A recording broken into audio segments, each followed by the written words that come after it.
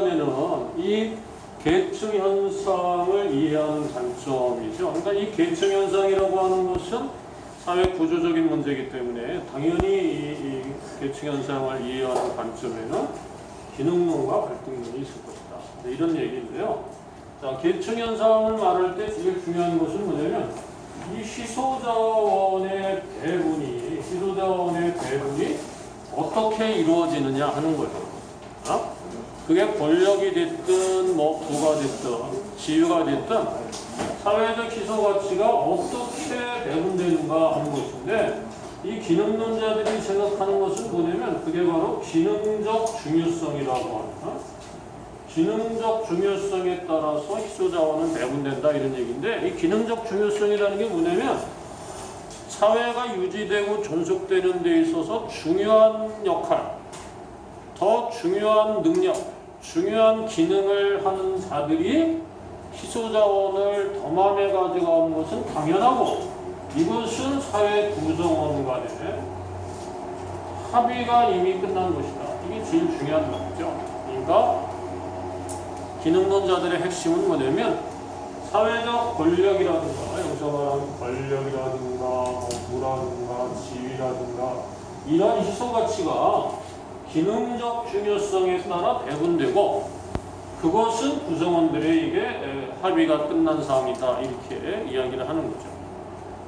그런데 이 갈등론자들의 얘기는 좀 다르죠. 그것은 구성원 간에 합의된 것이 아니라 지배 집단의 강제와 탄압에 의해서 이런 얘기. 그러니까 지배 집단에게 일방적으로 유리하게 자원 배분은 이루어지는 것이고, 그것에 대해서 이의를 제기하는 이 구성원들을 억압하는 데 성공함으로써 불평등 현상, 즉 사회 계층 현상이 나타나는 것이다. 이렇게 말하는 것이죠. 그러니까 여기서 말하는 것은 구성원 간에 합의한다는 것이 아니라 지배 집단에게 일방적으로 유리하다. 이런 얘기를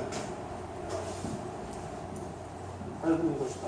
이렇게 이야기했습니다. 당연히 구성원 간에 합의하는 것은 있을 수가 없다.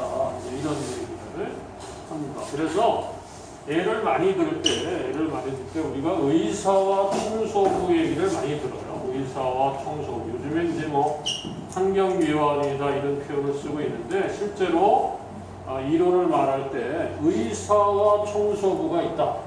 그러면 기능론자들에 따르면 의사는 생명을 다루는, 사람을 죽고 살리는 엄청나게 중요한 일을 하고, 의사는 아무나 할 수 없고 똑똑한 사람이 의대를 가야 하고, 또 의사가 되는 데 있어서 의대 6년에다가 인턴과 레지던트까지 되면 전문의까지 거치는데 무려 12년 정도의 트레이닝 과정을 거쳐야 의사가 되는 것이니까 엄청난 긴 세월, 거기에다가 생명을 다루는 엄청나게 중요한 일, 능력이 뛰어난 자들, 그러니까 의사에게 사회적으로 돈도 많이 주고 높은 지위를 부여하는 것은 너무나 당연하고, 그것은 구성원들의 합의가 된 것이다. 이렇게 이야기를 하는 겁니다.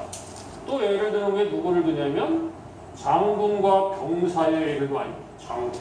우리가 전쟁을 할 때 장군이 어떤 판단을 하느냐에 따라 병사를 다 죽일 수도 있고 살릴 수도 있고, 어떤 전략을 짜느냐에 따라 전쟁에서 이기기도 하고 지기도 하니까 이 장군이야말로 엄청나게 기능적으로 중요한 일을 담당하고 있고, 당연히 장군이 더 높은 권력과 명예를 누리고 더 많은 월급을 받는 것은 당연하다. 이렇게 이야기를 하는 것이 기능론자들의 주장이에요.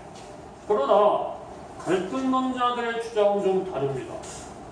의사보다 청소부가 더 중요하다라는가, 장군보다 병사가 중요하다 이렇게 말하는 것은 아니지만, 이렇게 말하지는 않지만, 의사와 청소부가 누가 더 중요하다고 일방적으로 말할 수는 없는 거 아니냐, 이렇게 얘기를 합니다.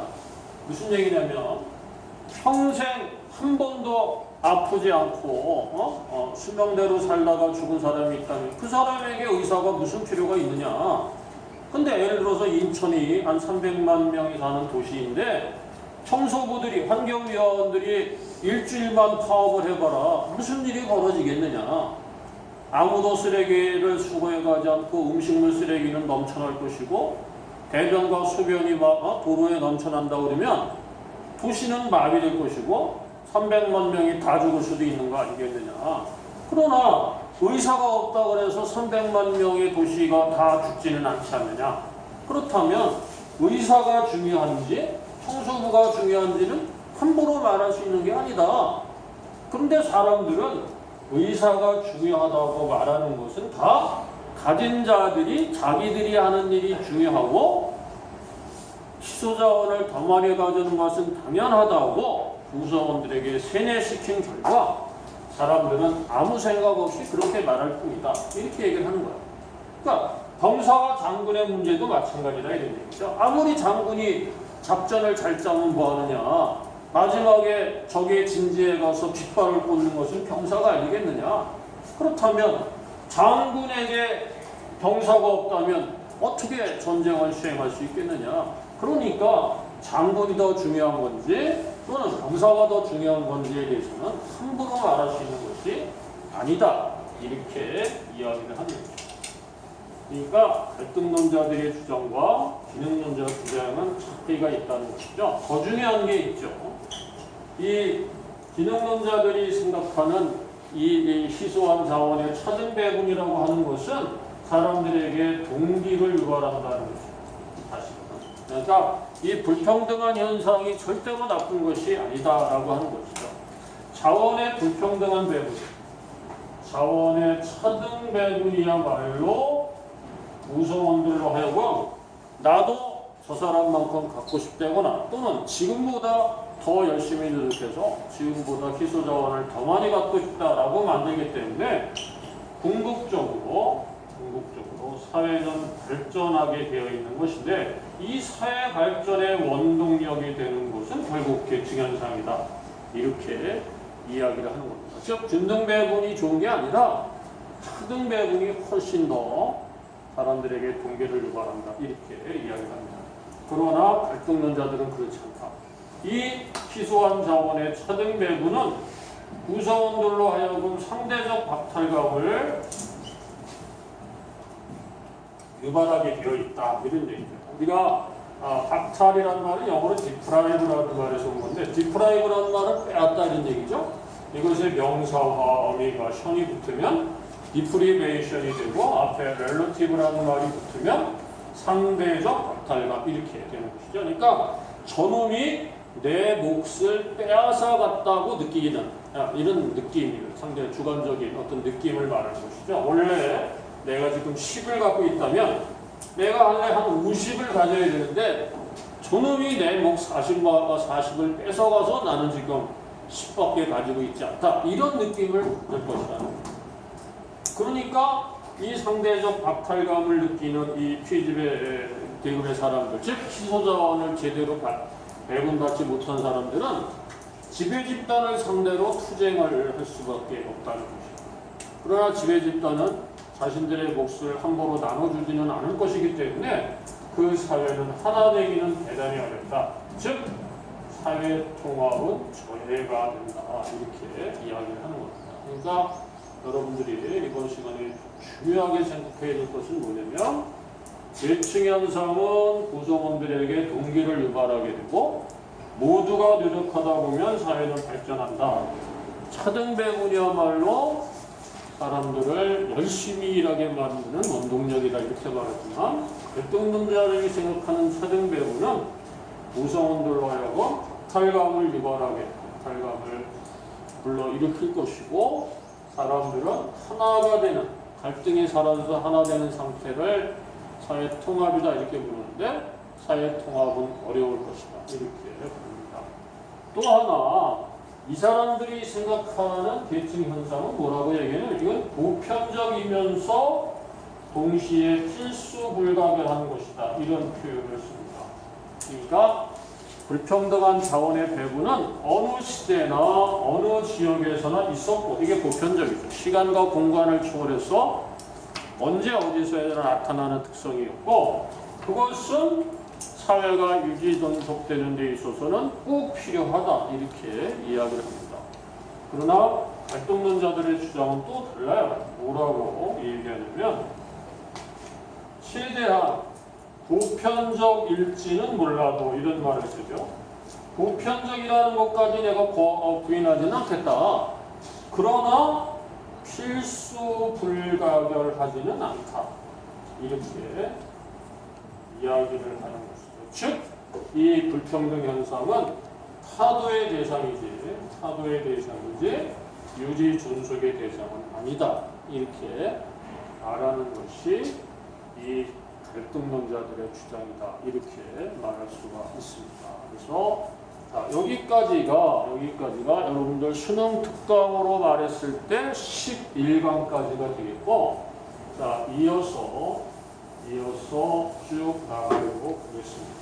그것은 뭐냐면 12강으로 이제 가면은요.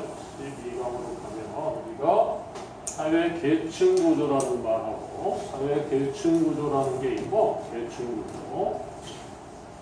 자, 계층 구조라는 말이 있고 사회 이동이라는 말이 있는데 사실은 이제 수능에서 두 문제를 다루게 되는 표분석 문제는 이거와 관련된 문제가 출제가 되고 있기 때문에 여러분들은 주의 깊게 이것을 들어야 된다 이런 얘기죠. 그래서 먼저 사회 이동을 먼저 설명을 하도록 하겠습니다.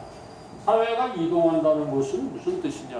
그러면 이것은 개인이나 집단이 자기가 속한 계층적 위치가 변화하는 것을 우리는 사회 이동이라고 그래요. 사회가 이동한다는 말은 우리가 뭐 A 사회가 저쪽 지역으로 옮겨가고 이런 뜻이 아니고 우리가 계층 구조를 상중하로 나눌 수 있다면 어딘가에 속해 있다가 이 위치가 변화하는 것을 사회 이동이다 이렇게 부르는데 크게 세 가지로 나눌 수 있다. 하나는 어떻게 나눌 수 있냐면 이동 방향에 따라서 나눌 수 있고 이동 범위에 따라서 나눌 수 있다. 이동 범위에 따라서.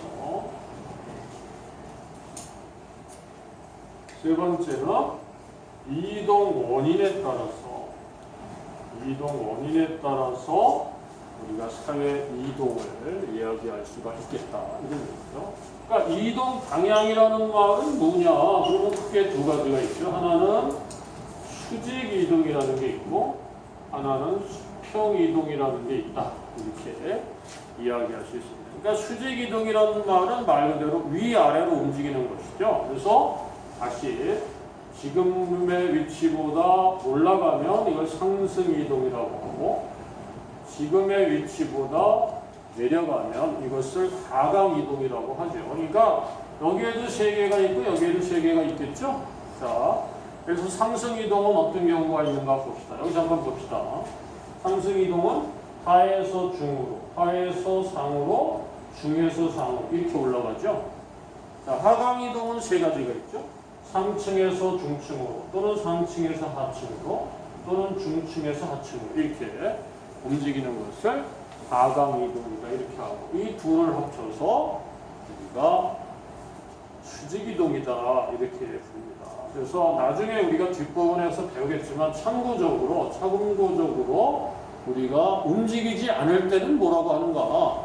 예를 들어서 이거는 이제 부모 자식 간에 어떤 이런 얘기를 하는 것인데 그런 것을 지위가 대물림된다 또는 계층이 세습된다 이런 표현을 씁니다. 그러니까 계층이 세습된다거나 지위가 대물림된다는 말은 뭐냐면 상층에서 상층으로, 중층에서 중층으로, 하층에서 하층으로 이렇게 움직임이 없을 때는 우리가 수직이라든가 수평이라는 표현을 쓰지 않고 지위가 대물림되었다 또는 계층이 세습되었다 이런 표현을 쓴다고 하는 것이죠. 그러니까 이것은 이동이 일어나지 않은 경우를 얘기하는 거예요. 자, 수평 이동이라고 하는 것은 말 그대로 동일한 계층 내에서의 이동이죠. 동일한 계층 내에서의 이동이다 이렇게 말할 수 있습니다. 국회의원 뭐 하던 사람이 뭐 회사에 경영자가 됐다라든가 뭐 이런 거겠죠.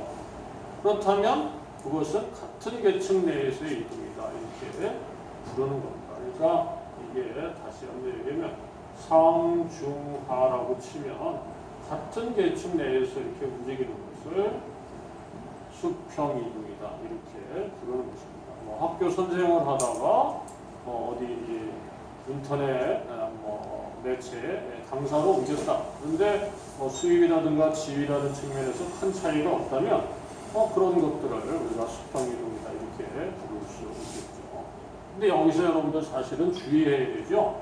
만약인데 자 4인 가족 기준으로 6천만 원 이상을 중층이다 이렇게 부르고 연봉이 20억 이상을 상층이라고 불렀다면 그러면 노숙자를 하다가 연봉 1,000만 원의 수입을 받게 됐다. 그러면 0원에서 1,000만 원의 수입이 생겼으니까 엄청나게 위로 상승한 것 같은 뉘앙스잖아요. 근데 사실은 어디서 놓은 거예요? 그냥 하층 안에서만 놓은 것이죠. 이런 함정에 쏘으면 안 된다고 하는 것이죠. 그래서 어떤 기준이 주어졌다면 만약 그런 문제는 여기까지 출제가 되지 않지만 실질적으로 이 안에서 노는 것이요. 전에 선생님이 그런 얘기를 했잖아요. 상중하 안에 다시 상중하가 있고 또 상중하가 있고 라인이 이렇다면 이 안에서만 노는 것은 결국 수직이 아니다. 수평이다. 이런 얘기를 꼭 기억을 해야 합니다. 자, 그 다음에 이동 범위에 따라서라고 하는 것은 뭐냐면 내가 아니면 당사자가 태어나서 죽을 때까지 자기가 속한 계층적 위치가 움직일 수 있죠. 이런 것을 우리는 세대 내 이동이라고 해요. 그러니까 이것은 생애 동안의 계층의 이동이죠. 생애 동안. 태어나서 죽을 때까지 나의 계층적 위치가 바뀌었다면 그것은 우리가 세대 내 이동이다 이렇게 부르고 그러나 부모와 자식 간에 또는 조상과 후손 간의 계층의 위치가 변했다면 이것을 세대 간 이동이라고 합니다. 그러니까 대개의 경우는 부모와 자식 간의 계층적 위치가 변하는 것을 우리는 세대 내 이동이라고 해요. 세대 간 이동이라고 합니다. 세대 간. 그러니까 이 간자가 사이 간자를 쓰기 때문에 부모 자식 간 이런 뜻이죠. 아버지는 가난한 농사꾼이었는데 자식은 재벌 회장이 됐다면 두 가지가 나타났죠. 뭐가 나타난 거예요?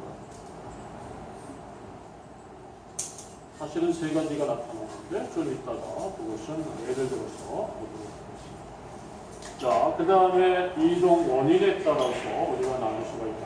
이것은 개인의 의지와 노력, 능력에 따라서 계층적 위치가 변화하는 것을 우리는 개인적 이동이라고 하고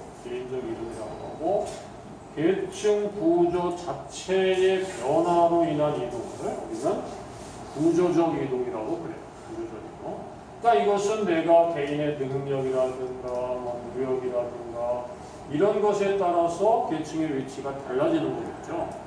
그런데 구조적 이동은 내가 노력하거나 또는 내가 능력이 있거나 없거나가 아니라 세상이 바뀐 거예요. 세상이 뒤집어져 가지고 내가 공장을 하는 큰 공장을 경영하는 부자였는데 전쟁이 나가지고 다 공습을 받아가지고 무슨 공장은 폐허가 되고 내가 은행에서 빚을 빚만 남았다. 그러면 나는 3층에서 4층으로 전락했다면 그건 내 잘못이 아니죠.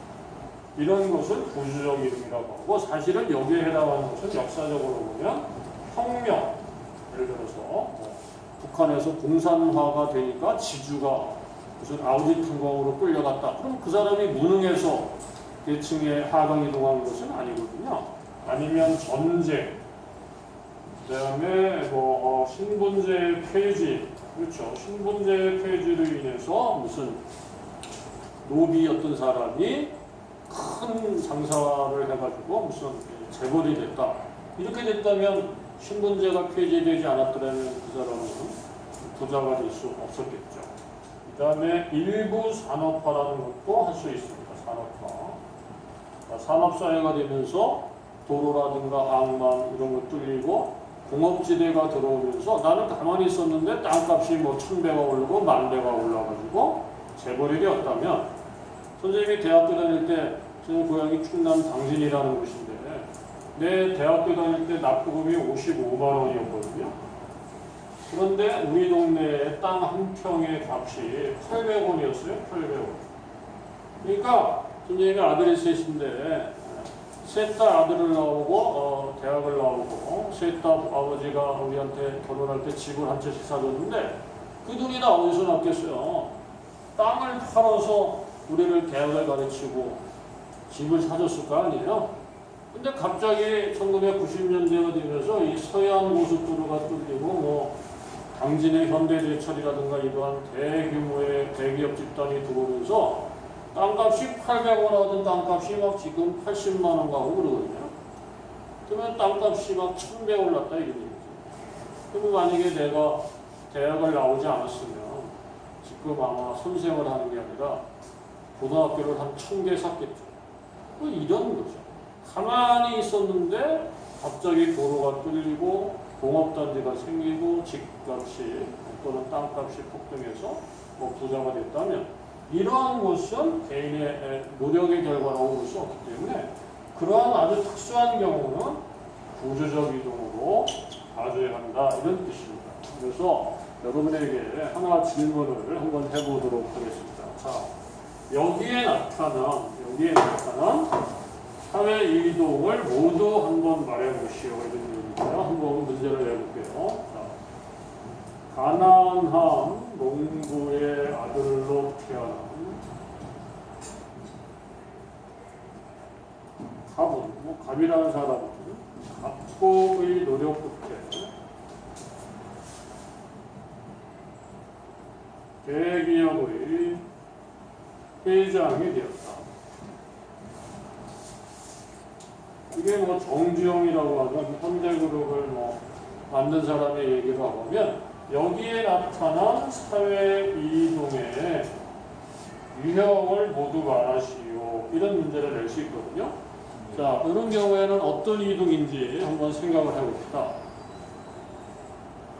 자, 가난한 농부의 아들로 태어난 갑은 열심히 노력을 해서 회장이 되었다 이런 뜻이잖아요. 그럼 여기서 먼저 생각할 수 있는 것이 아버지는 이 갑의 아버지는 가난한 농부라고 그랬으니까 아버지의 계층은 뭐야? 하층이었겠죠? 갑의 계층은 뭐예요?